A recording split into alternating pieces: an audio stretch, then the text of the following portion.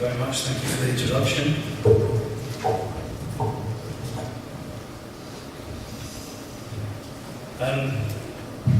Yes, as we explained in the introduction, my background is very much steeped in waste for the last 20 years. And over the last 5 to 8 years, I've been involved in public sector waste contract procurement as technical advisors and leading a team of technical advisors. Most of my work and the work of the team has been supporting the private sector side, supporting private sector clients in bidding for large tenders, in finding service solutions for local authorities. And we'll hear from two gentlemen in a second about their experiences in delivering contracts for local authorities from Fife and Clyde Valley. So it'd be interesting to see what they say in contrast to myself. Most of our work, what has been doing really has been in looking at things like technology selection to satisfy contract requirements, looking at the sorts of facilities that can be rolled out, and ultimately gaining planning permission. And those of you who've been involved in large-scale public sector waste contracts will be aware of the difficulties sometimes of planning and the challenges of planning and the potential destabilising effect it can have on public sector contracts. So, what I will do, hopefully see the slides if we get to work. I'll have a very brief and quick overview of the Zero Waste Plan, but only so much as to set the scene for the targets that people, that bidders, trying to provide service solutions to local authorities are particularly minded of. Now, we've got to be aware that clearly the Zero Waste Plan and the ambitions of the Zero Waste Plan are yet to be brought into statute. So there are some complications around that and some challenges to those who are tendering for contracts for the last 25 years in trying to put forward service solutions that will stand the test of time and hopefully accord with the yet to be refined statute. I will give a very brief summary of the Scottish Waste Planning Policy, again in the context of the Zero Waste Plan, but also in delivering and identifying service solutions. I'll look at two case studies then. We are involved quite extensively in some of the large contracts in England, also extensively in some of the large contracts currently going through procurement in Scotland, some not a million miles away from here.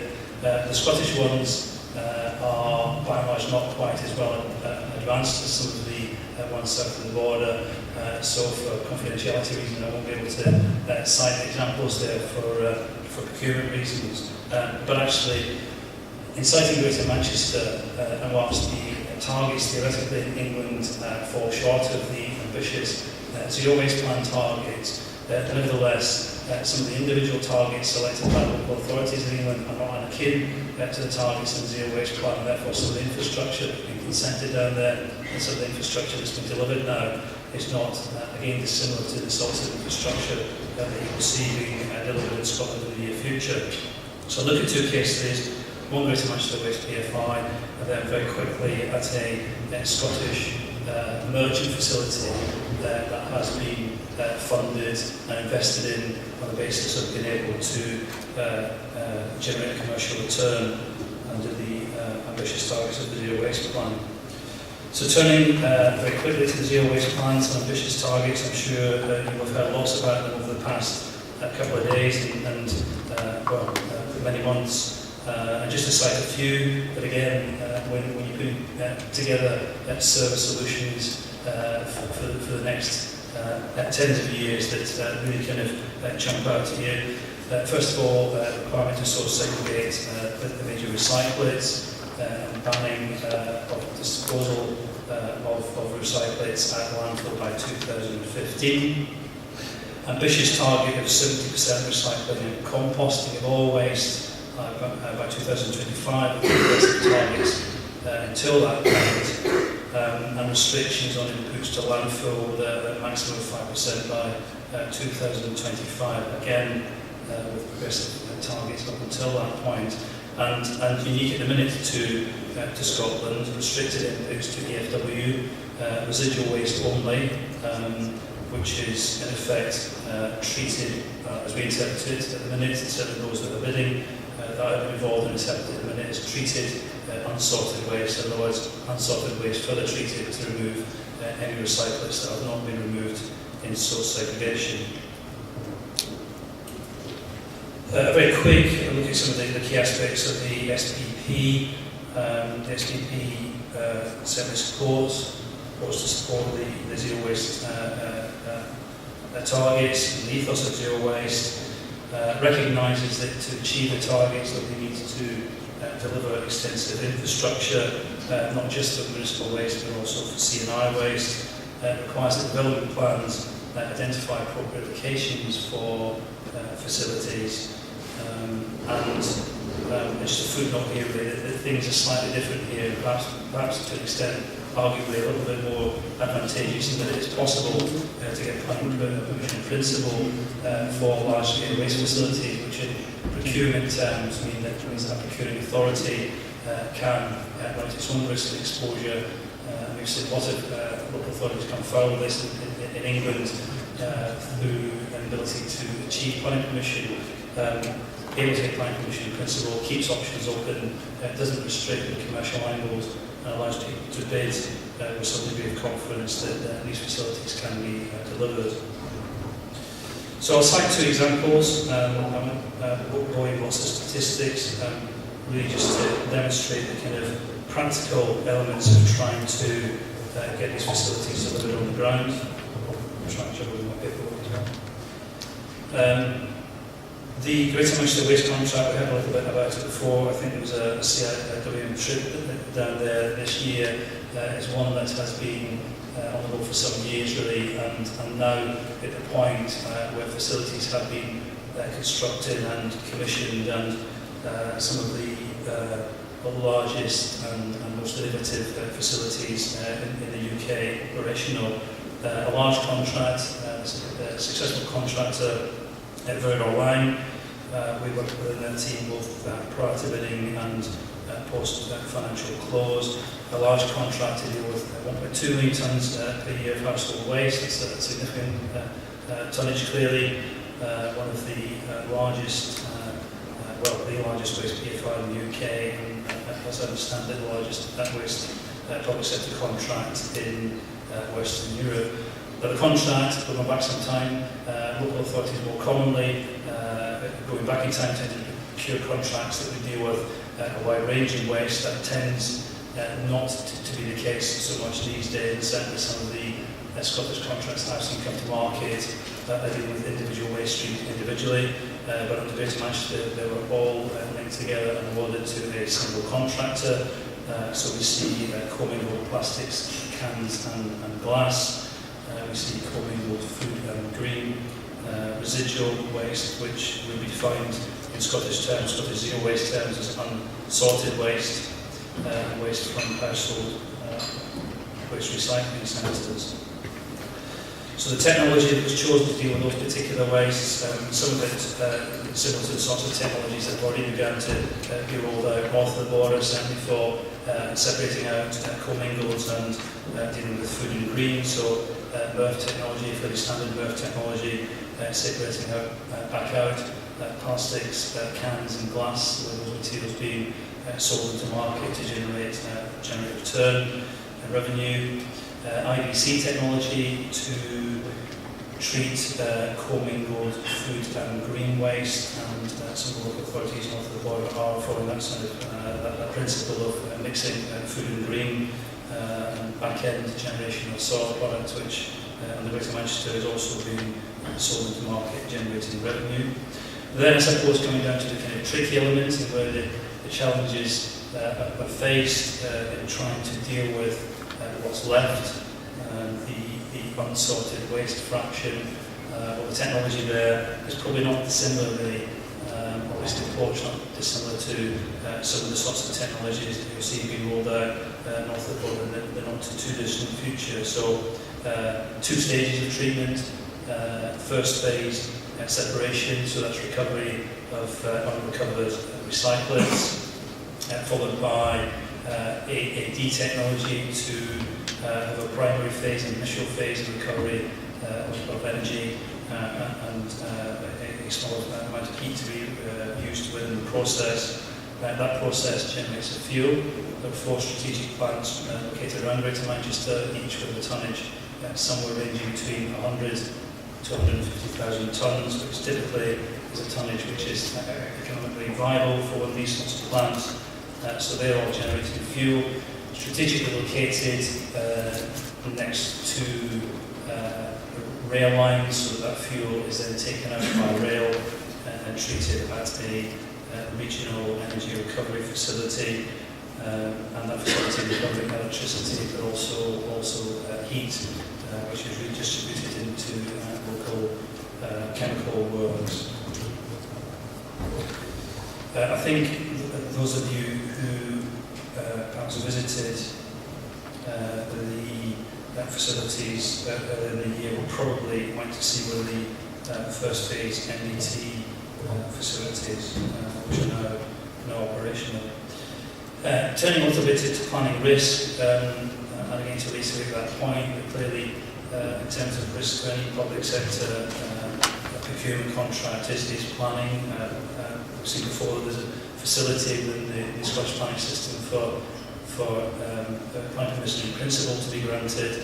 There wasn't in dealing with this particular PFI, so there's a process, I suppose. It's the same sort of process as you probably go through with most waste sites, and looking at irrespective of whether you go for planning permission in principle or full planning permission of limiting risk and exposure, or often what are fairly controversial developments. So the tactic in Manchester was to use existing sites where possible. It wasn't always possible, but where new sites were required, then there was a clear desire to carefully select those and make sure that impacts were minimised, the chances of planning failure were minimised. Quite a lot of the sites have multiple facilities, and again you may see a similar sort of thing developing here with earths located next to unsorted waste treatment facilities. So because of the perceptions of risk, planning risk associated with some more potentially controversial facilities as opposed to those that might be slightly less controversial, certain applications were split to limited impact. As with all these projects, there are often many people involved. This one in particular, probably dealing with upwards of 50 people involved in the procurement side, the client side, the operations side, the planning side, and the design side. So clearly, from our perspective, one of our main roles is to make sure that we limit planning risk, that we've got planning permission granted for the facilities, that clearly we need to make sure that what was decided by the authority, what was decided by our client, and what was desired by the design team was properly consented. It goes without saying, and I'll expand on this one in a little minute, that there was a need for robust stakeholder engagement. And those of you who've been involved in planning for large scale waste facilities will be aware of the pitfalls of not doing that. So turning briefly to that, and again I suppose it kind of goes without saying really, they need to come up with a proper approach to consultation, and Greater Manchester was complicated, as many areas are, by multiple authorities and multiple facilities within authorities, so they need to consult at a political level, they need to consult at a member level, and with interested groups, including action groups, but also, most importantly, with the public in a proper way, to ensure that their aspirations could be realised where possible, but also it was important to you guys in taking these things forward to make sure that the public understand the broader overall objectives of what's trying to be achieved, not just what's trying to be achieved on any one particular site. So Greater Manchester, a large number of applications, 30 applications in total, of which 14 were deemed to be major applications, and majorly in the context that if they weren't to be successful, then they could pose a significant risk to the PFI and the PFI process. I won't go through them all for you, but clearly a number of IBC facilities and other facilities we talked about them before, so 4 IBCs, investment composting facilities, 2 merged to separate back out coming with recyclers, then 4 of the first phase NET facilities, and 1 regional thermal power station, and also a number of other smaller facilities to deal with green waste collected at HWRC facilities and the like.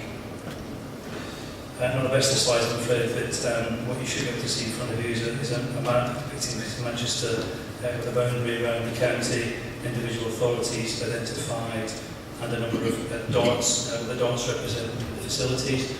The larger dots in the equivalent of, sorry, it's not particularly great, is it? The key facilities. And what we try to do with the key facilities is locate them strategically again, so this kind of transportation process of waste coming into the first phase, NET treatments for residual, located as close as it could be to conurbations, had to be located next to rail infrastructure, and actually the second phase, EFW treatment, was located outside the county in Cheshire. I'd like to look at one of the sites. It might actually be one of the sites that you went to, because it's one that has been completed. Again, probably not dissimilar to some that you will see emerging in the near future north of the border. This was South Manchester Resource Recovery Centre, an existing site of existing use. We tried to select sites with existing uses where we could, existing waste use, because of the at least the perceived greater potential for success in planning, with having already facilities there and members of the public being used to having waste facilities. The downside of that, of course, was that some of these facilities were already causing impacts, so there was challenges in trying to make sure that we give comfort to the locals in particular, that those impacts would be mitigated by providing new state-of-the-art technology. So an existing site with array of infrastructure, not particularly well laid out, and the proposals to construct a multitude of facilities on this site. Probably the throughput of the facilities around about 200,000 tonnes per annum, with a green waste facility, a MRF, and then strategically an MET facility with a back-end AD. So the MET facility taking out the uncovered recyclates and refining the waste to produce something suitable to go through AD, but back-end AD. Any electricity recovery into grid, so they use in the process, heat recovery to an extent, and heat use within the process.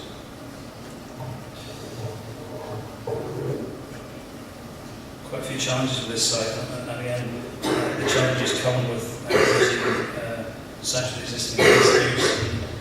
Again, those of you who are used to procurement will be aware that the desire generally to have these facilities located as close as we can to conurbations, but nevertheless have to be sufficiently far away from potentially key receptors to make sure that impacts are minimised and planning risk is minimised.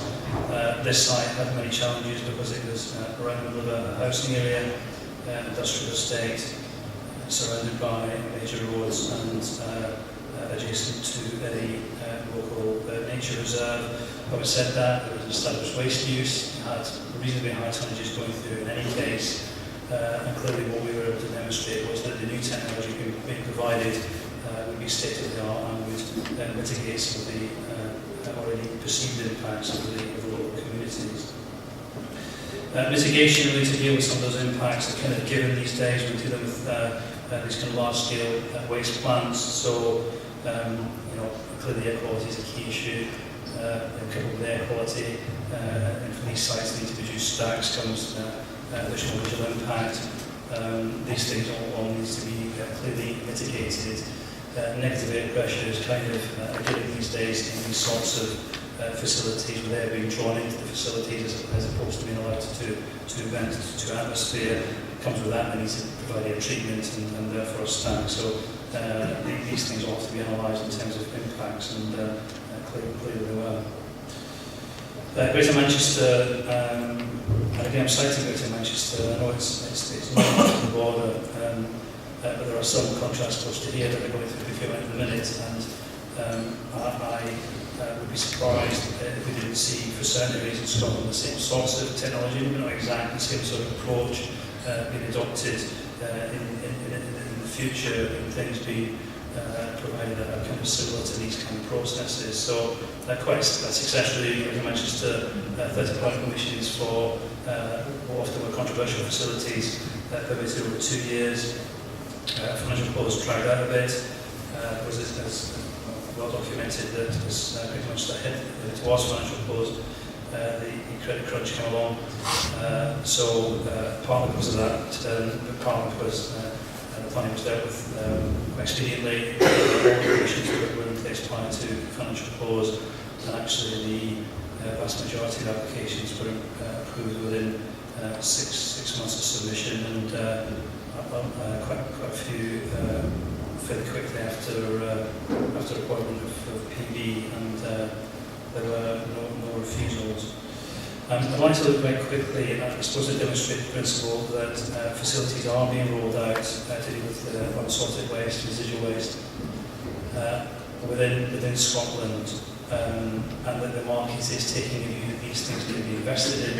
The zero waste plan, albeit regulations are still pending, provides comfort for investment, and this is a fairly large AD facility, as it was then, back in 2010, May 2010, when the permission was granted. It was the largest AD facility in Scotland.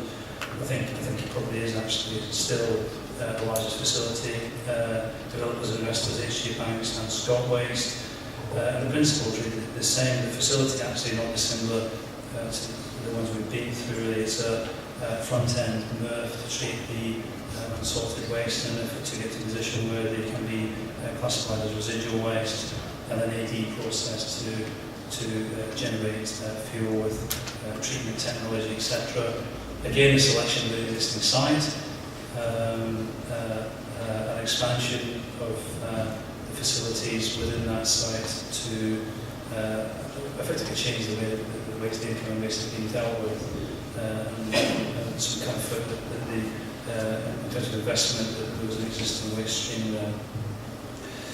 So in summary, having been at the sharp end, and it's been quite challenging in having to look at the impact of the zero waste regulations, the targets of the zero waste regulations, and having to take those, so the zero waste plan, having to take those with the regulations pending, and to try and plan for the next 25 years and how we might roll out infrastructure to deal with it and propose that infrastructure.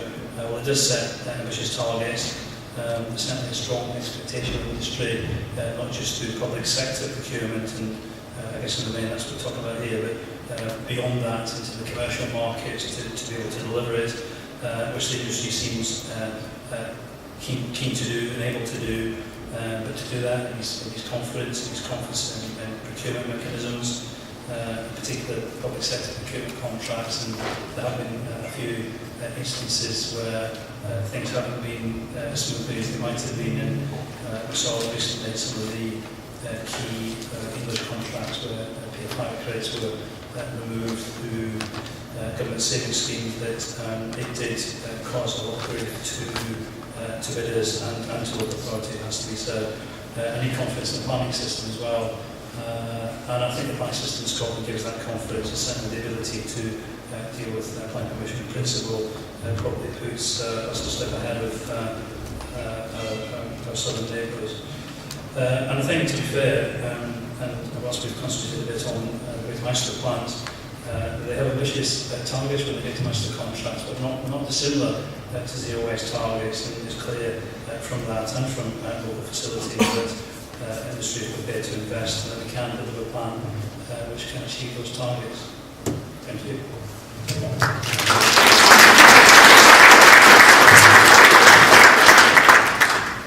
Thanks very much, Keith. What I'd like to do this afternoon is to bring you up to speed in relation to the Clyde Valley Community Planning Partnership, or as it's more commonly known, the Sir John Arbuthnot Review in relation to the Shared Services Agenda. This agenda has been receiving a lot of negative press over the last number of months, and I'm happy to take questions in relation to that and possibly highlight it. I will highlight a couple of points in the presentation today. By way of a bit of background, the Clyde Valley Community Planning Partnership is a partnership that's been in place since 1995. It's made up of a number of major partners, but specifically the 8 authorities as far as the west of Scotland are concerned, namely Glasgow, North Lanarkshire, South Lanarkshire, East Dumbarton, West Dumbarton, Inverclyde, and East Renfrewshire and Renfrewshire themselves. And they've been working together since 1995, addressing issues in relation to economic regeneration and economic development as far as the Clyde Valley itself is concerned. And then in June 2009, they commissioned Sir John Arbuthnot to undertake an independent and a strategic review in relation to shared services across the Clyde Valley.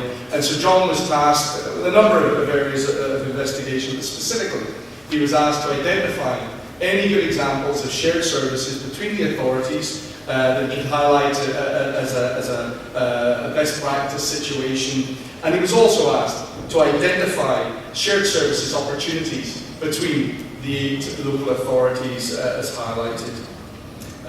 Sir John then went off, and in November 2009, as you're probably aware, he published his report. In publishing his report, he first of all identified, in fact he didn't, he was unable to identify any major success stories as far as shared services were concerned between the 8 local authorities as highlighted. There were lots of small projects as far as IT and some human resource issues were concerned, but nothing of any major consequence and nothing that had generated any significant savings.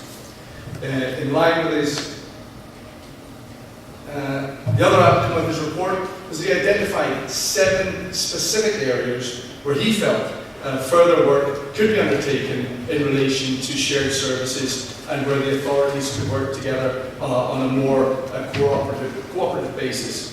The areas that you can see there, waste management was one of the main areas that he identified, and in fact it was an area that was identified by all of the authorities. They were asked to prioritise the 7 areas identified by Sir John, and all 8 local authorities, as highlighted, identified waste management as the top priority. Support services, which is the area that's been receiving a lot of coverage recently as far as the press and television and media are concerned, and then a number of other areas: social transport and fleet operation, common charging policy, and economic regeneration. The chief executives and the leaders from the 8 authorities then took upon themselves to distribute the 7 topics across the 8 authorities. North Lanarkshire picked up the responsibility for delivering the shared services agenda on waste management, and Glasgow, for example, picked up on social transport, Inverclyde and East Renfrewshire picked up on support services, and so on and so forth.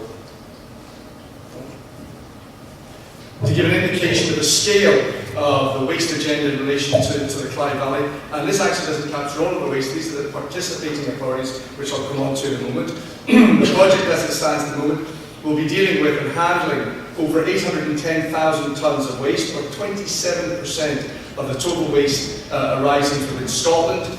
It will be dealing with waste from 1.4 million of the population of Scotland, or again, 28% of the population of Scotland, over 620,000 households, and a waste budget for the entire activity, as far as waste and collection are concerned, of over £87 million, and specifically on disposal and treatment, a sum of £51 million.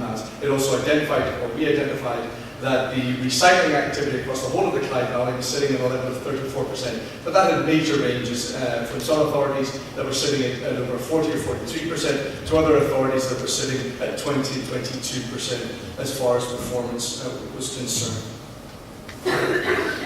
This plan here gives you a quick indication as well of some work that we undertook in relation to waste arisings across the Clyde Valley. And in very simplistic terms, it identifies, in colour coding, red being obviously the high levels, where the main waste arisings exist in relation to the Clyde Valley. And it's obviously a plan that will be utilised as far as the procurement process is concerned to identify specific sites and ideal sites in relation to the future management of residual waste, and in fact recycled waste across the Clyde Valley itself is concerned. There's a lot of detail behind this, but as a quick snapshot, it gives you an indication. And needless to say, right in the centre we have Glasgow, who have by and far the highest levels and tonnages of waste. But in North Lanarkshire you can see their areas, and in South Lanarkshire, around about the Hamilton or the Glen area, again, major areas of population, and as a consequence, major areas as far as waste arisings are concerned.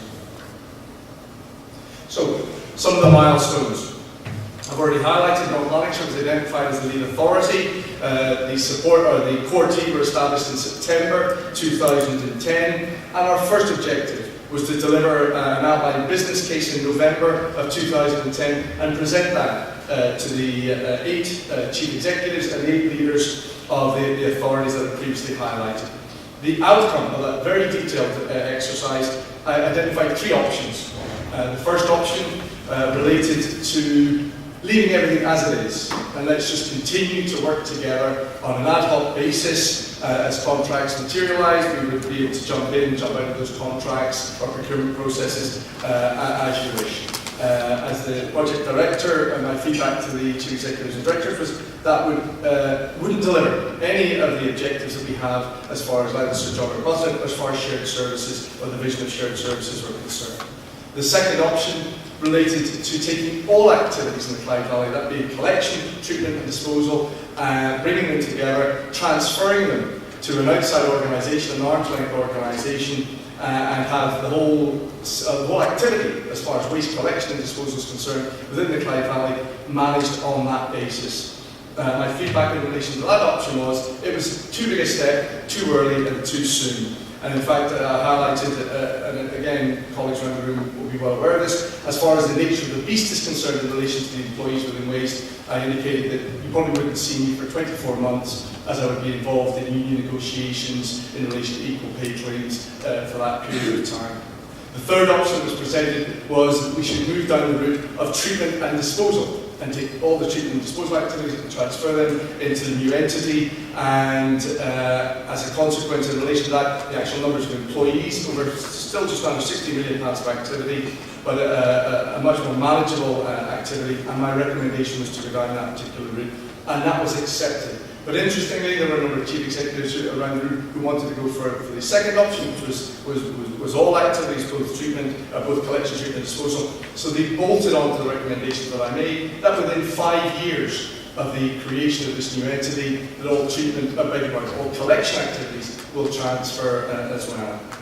So we went on, and then also in November 2009, we delivered a financial model, a game fee-driven model that identified savings and cost avoidance that could be delivered by the 8 authorities working together. And at that time, the figures quoted, the figures identified, were in the region of, over the next 20 to 25 years, savings of over £80 million and cost avoidance of over £80 million could be generated by working together. So then we were accepted, as far as the chief executives and leaders were concerned, to move forward on a treatment and disposal entity. The next timeline was that of June 2011, and by June 2011 we were asked to deliver a detailed business case and identify options in relation to what the new vehicle, the new model, new vehicle would look like in relation to the new arm's length organisation. Again, that timeline was delivered, and as a consequence in relation to that, we identified that the best option was a corporate entity, that being a public entity, so it would remain within local government control. The findings in relation to that, and that was through a major consultation exercise of all of the 8 authorities, was accepted. At this point, for their own reasons, they're fully entitled to do that. South Lanarkshire decided to leave the table. They had their own procurement process, and they decided to follow that, and they were fully entitled to do that. Likewise, one of the other outcomes in relation to the June meeting was that I would produce a generic committee paper, and that committee paper would be presented to all of the governance ranges, all of the committee processes in the now 7 participating authorities in order to get political buy-in to the proposals as highlighted. There then followed a series of presentations and meetings, and detailed meetings involving the directors of finance in all 7 authorities. That was undertaken between August and the beginning of September in preparation for the committee cycle. At the end of September, all 7 authorities presented their papers, and with the exception of Western Barton, where the authority decided again to withdraw from the project, the remaining 6 authorities, Glasgow, North Lanarkshire, East Renfrewshire, Inverclyde and Eastern Barton, have then signed up and agreed to move forward in relation to the delivery of the project itself. So, a quick insight to what the new entity will deal with, what its responsibilities will be. the new organisation has been agreed. We'll deal with all procurement and contract issues, and obviously procurement issues in relation to treatment and disposal activities as far as residual, organic and recyclate is concerned. It will deal with all procurement processes as far as fleet and other major procurement activities are concerned. It will deal with and produce a waste strategy, which we have support from the Scottish Government, both in man hours and very importantly in real terms as far as funding are concerned. The Scottish Government are very much on board and in fact sit both at the board and at the core team. And we will be producing by November of this year a top level, a very high level waste strategy. And that's based on the principle that I'm sure again everyone will recognise that if you go back into literally as far as 2002, 2003 was concerned, there was very little activity in relation to recycling in Scotland. There was then funding made available by the Scottish Government, and we independently, all 32 authorities in Scotland, submitted their bids to the Scottish Government and identified how we would collect waste, for example in North Lanarkshire, how we would manage waste and how we would recycle waste. The outcome of that exercise, it's not a criticism, the outcome of that exercise is that as we sit here today, we have 32 authorities in Scotland collecting waste in 32 different ways. We actually collect waste in Scotland in 108 different methods, 108 different forms.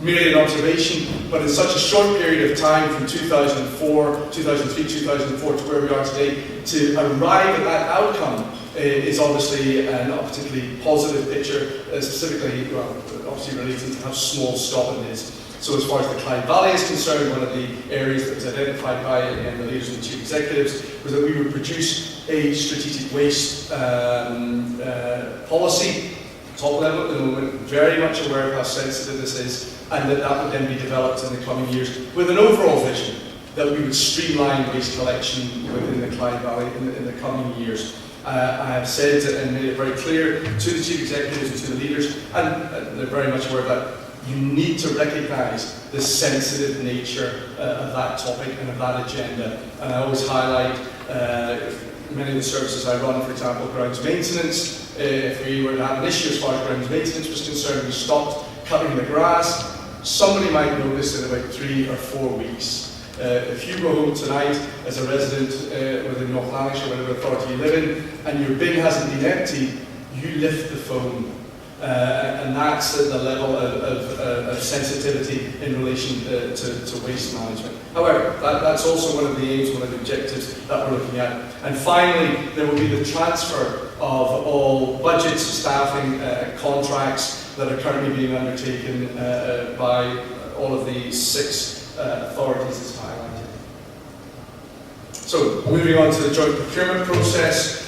Renfrewshire, one of the partners, have taken the lead in relation to this and established a board, which I sit on, by way of the procurement process. There are 5 of the 6 authorities that need to address the procurement process as far as residual waste is concerned, and on the basis or principle that Glasgow are about to announce the outcome of their residual waste procurement process in early November. However, the remaining 5 authorities have agreed to work together on a residual waste process. A PIN notice will be issued in December of this year, and it's anticipated that the OJU in relation to this process will be issued in January or February of next year. The timelines associated with this project, as you can see, are extremely tight, but so far they've all been delivered. It's anticipated that the procurement process could take up to 5 years, and that's not particularly unusual. 2 to 3 years going through the competitive dialogue process, approximately 2 years as far as the dialogue exercise itself is concerned, and then a 3-year period in relation to the build and operation of the facility. It's a forecast that we've identified that we need the facility in operation by 2017. There are major issues in relation to this. There are major areas that need to be signed up by the remaining 5 authorities. We are not naive in any way on the basis that it's a political statement, it's a recognition of an issue. There's an election in May of next year, and we will wait for the outcome of that election as far as its influence on the project itself. and it, again, and we'll wait for that outcome. So, a major agenda as far as shared services are concerned. It still has the majority of support, starting with the original 8 authorities. We still have 6 authorities on board. There are other projects, the other projects that I've highlighted today. A number of these projects are not in possession of that level of commitment and that level of funding as far as their development is concerned, and support services, as an example, has gone from 8 down to 3 as it sits at the moment. So very sensitive issues. However, there's a very, very clear message as far as shared services are concerned, whether it's the Christie Commission or in fact John Sweeney's speech in relation to the budget announcement. He highlighted all issues, he highlighted a number of major issues by way of the necessity for authorities to start working together under a shared services planner. And another very good example is, in simplistic terms, the issue of one police force for Scotland. So the view that's been adopted here is we either take this step and develop the project by way of control, and if we don't deliver it, it will probably happen to us. Thank you very much.